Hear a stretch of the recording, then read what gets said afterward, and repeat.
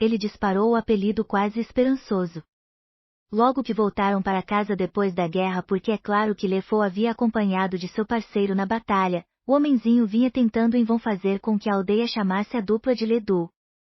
Mas o apelido nunca pegou. Normalmente era somente Gaston e o outro. Ou, quase sempre, apenas Gaston.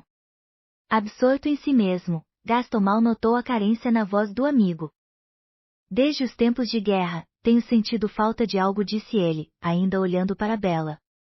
E ela é a única garota que conheci que me dá essa sensação de... Gaston hesitou, tentando encontrar as palavras certas. Jane Escoy? Algo mais? Propôs LeFou. Gaston se virou e olhou para ele com uma expressão confusa. Não sei o que isso significa, ele disse. Só sei que desde o momento em que a vi, soube que me casaria com ela. E não quero mais ficar aqui parado, perdendo tempo. Guiando seu cavalo a galope, ele seguiu para a aldeia como um herói retornando do campo de batalha. Atrás dele, LeFou incitou seu pônei. O animal peludo abaixou as orelhas e disparou imediatamente em um trote lento. Bella ouviu o ruído dos cascos momentos antes de os cavalos atravessarem os portões da aldeia. Na verdade, apenas um deles irrompeu pela entrada, o outro meio que serpenteou. Imediatamente, Bella reconheceu o enorme garanhão preto e o homem montado nele. Era Gaston. Atrás dele, seu aliado sempre presente, LeFou, estava lutando para controlar o pônei desgrenhado. Ela abafou um gemido e se esgueirou depressa para trás do vendedor de queijos, na esperança de que Gaston não a notasse. Ela já tivera discussões demais com o herói de guerra. Toda vez era a mesma coisa. Gaston se exibia como um pavão enquanto se vangloriava de sua última caçada ou lhe contava uma história sobre seus dias de glória na guerra. Bella tentava não revirar os olhos. Os aldeões, especialmente as mulheres, perdiam o fôlego e cochichavam sobre quão sortuda era Bella, e, por fim, a jovem ia embora sentindo que precisava de um banho. Ela sabia que Gaston era considerado o melhor partido por muitas, bem, por todas, para dizer a verdade. Mas ela não suportava aquele homem. Havia algo bestial nele. Como agora, ela pensou enquanto espiava de trás da fromagerie. Gaston segurava flores em uma das mãos e vasculhava a multidão com os olhos como um animal selvagem. Bella soltou um gemido quando ele fixou o olhar nela e começou a abrir caminho entre os aldeões para encontrá-la. Ela se virou e se apressou na direção oposta, torcendo para que os outros moradores o distraíssem. Sem que Bella notasse, assim que Gaston estava prestes a alcançá-la, Agatha surgiu no meio do caminho com sua caneca erguida. Gaston olhou para baixo na direção da mulher sem teto e contraiu os lábios. Então ele viu a caneca de metal brilhante. Obrigado, bruxa, disse ele, arrancando o objeto de suas mãos e virando-o de cabeça para baixo. Moedas se espalharam pelo chão enquanto Gaston conferia seu reflexo na base da caneca. Satisfeito com o que viu, ele a jogou de volta para Agatha e passou reto por ela. Bom dia, Bella, disse ele, correndo para parar à frente dela. Ela deu um passo para trás. Esse livro é fantástico. Bella ergueu uma sobrancelha. Você o leu? Eu fiz muitas coisas no exército, respondeu ele vagamente. Bella engoliu uma risada. Levou menos de um minuto para ele mencionar o exército. Deve ser um recorde, ela pensou. Com um gracejo, Gaston ofereceu-lhe as flores. Para sua mesa de jantar, explicou ele. Poderia lhe fazer companhia esta noite? Desculpe, disse Bella apressadamente, balançando a cabeça. Ela se moveu devagar ao redor dele, em busca da rota de fuga mais rápida. Esta noite, não. Está ocupada? Perguntou Gaston. Não, respondeu Bella. Antes que Gaston pudesse retrucar ou assimilar a rejeição, ela já estava se desviando para voltar à rua. Pôde ouvir Gaston distorcendo suas palavras para a plateia de aldeões que haviam parado para assistir aos dois. Estava claro que o caçador havia interpretado seu não como uma jogada para se fazer de difícil. Ela não se importou com o que ele disse ou como tentou se sentir melhor. Ela sabia a verdade. Gaston, apesar de seu físico imponente, não era maior do que a minúscula aldeia provinciana. e ela jamais dividiria a mesa de jantar com ele. Nem agora, nem nunca. Acelerando o passo, Bella seguiu seu caminho e saiu do centro da aldeia. Momentos depois, ela estava de volta ao seu chalé. Era uma casinha aconchegante, com uma pequena escada que levava até a porta de entrada e grandes janelas panorâmicas. Havia também um belo jardim na frente e um espaço subterrâneo separado, onde funcionava a oficina de seu pai. A doce melodia tilintante de uma caixinha de música escapava por entre as portinholas. Seu pai já estava trabalhando a essa hora da manhã. Tomando cuidado para não incomodá-lo, Bella abriu as portinholas e desceu as escadas na ponta dos pés. A luz do sol penetrava por uma pequena janela, iluminando Maurice, que estava sentado e curvado sobre sua bancada de trabalho. Peças e pedaços de seus projetos espalhavam-se pelo local. Pequenos botões, parafusos minúsculos, caixas pintadas pela metade e estatuetas delicadas repousavam em várias mesas e prateleiras. Algumas coisas eram mais novas, com suas superfícies lustrosas e brilhantes, outras haviam acumulado uma fina camada de pó, esperando que Maurice lhes desse atenção de novo. Mas, por ora, ele estava focado na caixinha de música à sua frente. Enquanto Bella observava, ele mexia em uma das engrenagens. O interior era lindamente pintado, retratando um artista em um pequeno apartamento parisiense. O artista estava pintando o retrato de sua esposa. Ela embalava um bebezinho e segurava um chocalho semelhante a uma rosa vermelha na outra mão. Bella deu um passo adiante no cômodo. Maurice olhou distraído na direção do som. Sorriu ao ver a filha. Seus olhos, da mesma cor acolhedora dos de Bella, eram brilhantes e focados. Quando ele endireitou os ombros, revelou-se mais alto e enxuto, ainda belo para sua idade avançada. Oh, que bom, Bella! Você está de volta, disse ele, voltando-se para a caixa de música. Aonde foi? Bem, primeiro fui até São Petersburgo para visitar o czar, então fui pescar no fundo do poço, começou ela, sorrindo conforme o pai a sentia distraído. Quando ele estava trabalhando, não via nem ouvia nada.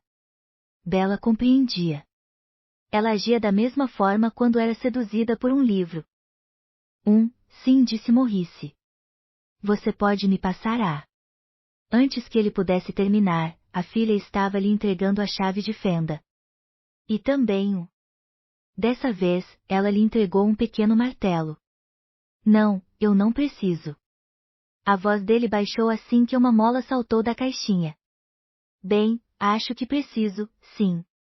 Quando ele voltou ao trabalho, Bella foi até uma estante repleta de caixas de música finalizadas.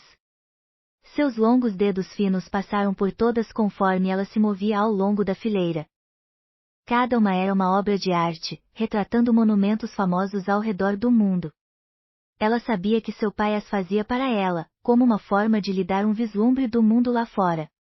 Maurice nunca disse com todas as palavras, mas Bella sabia que ele estava ciente de seu anseio por explorar, por escapar do pequeno universo no qual ele a mantinha segura. Ela pensou na pequena aldeia e nas pessoas fofoqueiras que viviam ali. Delicadamente, para não assustá-lo, Bella perguntou, papai, você acha que sou estranha?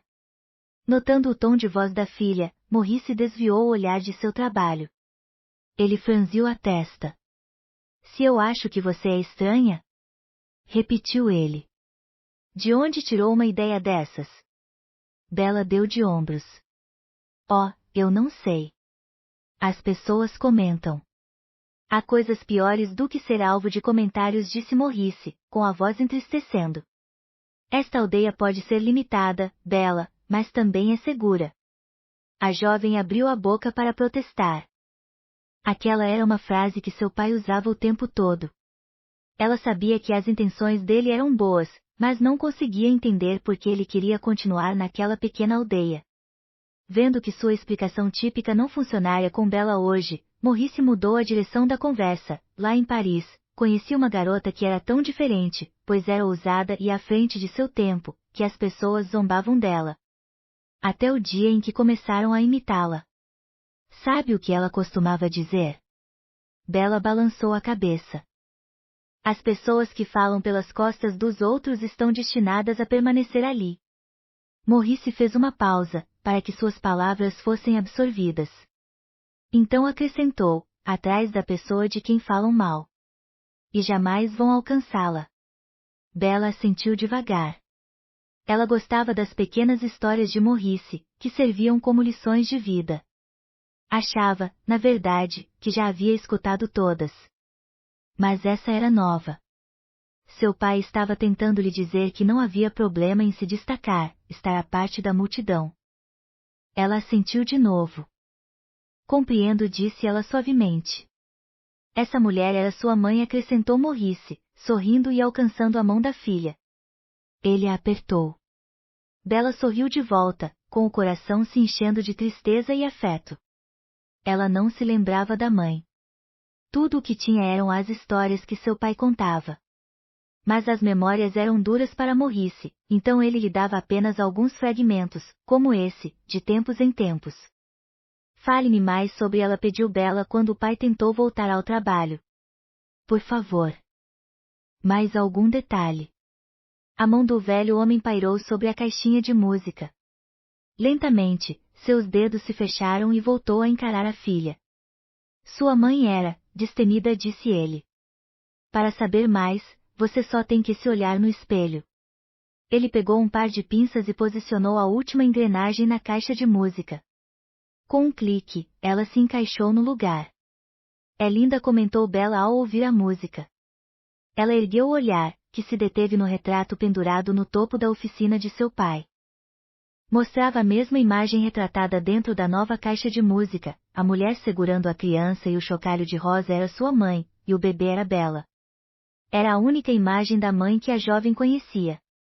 Acho que ela teria amado, acrescentou com doçura. Mas seu pai não a ouviu. Ele estava mais uma vez perdido no mundo de suas caixas de música. Bella sabia que falar mais sobre sua mãe o deixaria triste. Então ela se virou e voltou às escadas. Ela amava tanto o pai que não queria lhe causar mais dor ou sofrimento do que ele já havia sentido na vida. Mas às vezes se perguntava se havia chances de algo mudar o destino que eles seguiam tão firmemente juntos. Capítulo 3. Bella acenou para o pai enquanto ele dirigia sua carroça para fora do chalé. Felipe, o gigante gentil em forma de cavalo, jogou a cabeça no ar e relinchou alegre, pronto para a aventura.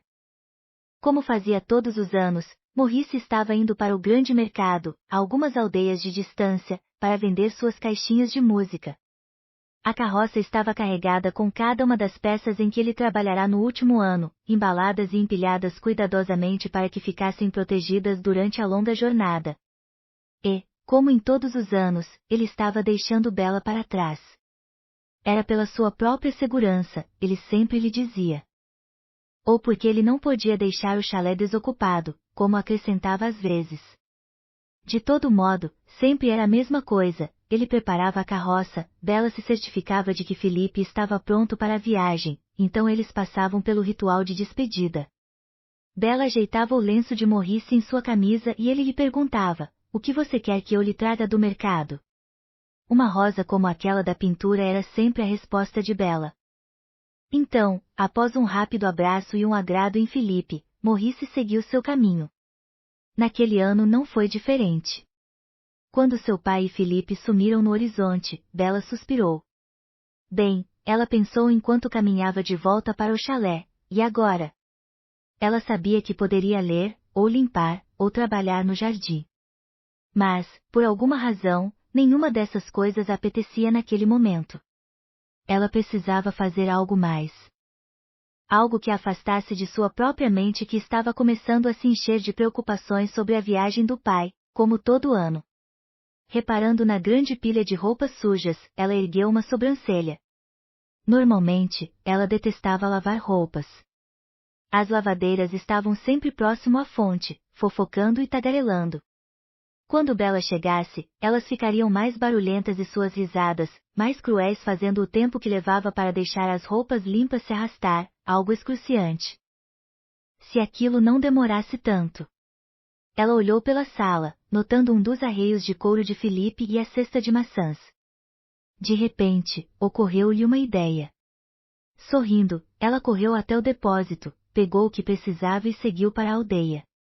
Para sua satisfação, quando chegou, a única pessoa na fonte era uma jovem garota de olhos tristes. Bella já havia visto a menina pela aldeia antes. Ela estava sempre sozinha e, a julgar pela forma como encolhia os ombros e evitava o contato visual, Bella tinha certeza de que ela não tinha muitos amigos. Enquanto Bella observava, a garota mergulhou uma camisa na fonte, puxou-a de volta e começou a esfregá-la. Levando sua pilha para a beirada da fonte, Bella começou a tirar seus apetrechos dos bolsos do avental. Ela foi até a mula de Jean, o oleiro, que estava parada próximo à porta da taverna, com sua cabeça abaixada e uma das patas traseiras erguida. Após amarrar uma ponta do arreio de Felipe no cabresto do animal, Bella prendeu a outra ponta em um pequeno barril de madeira. Então colocou todas as roupas e alguns pedaços de sabão no barril antes de erguê-lo e jogá-lo direto na fonte.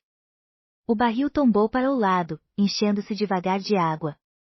Bella foi até a frente da mula.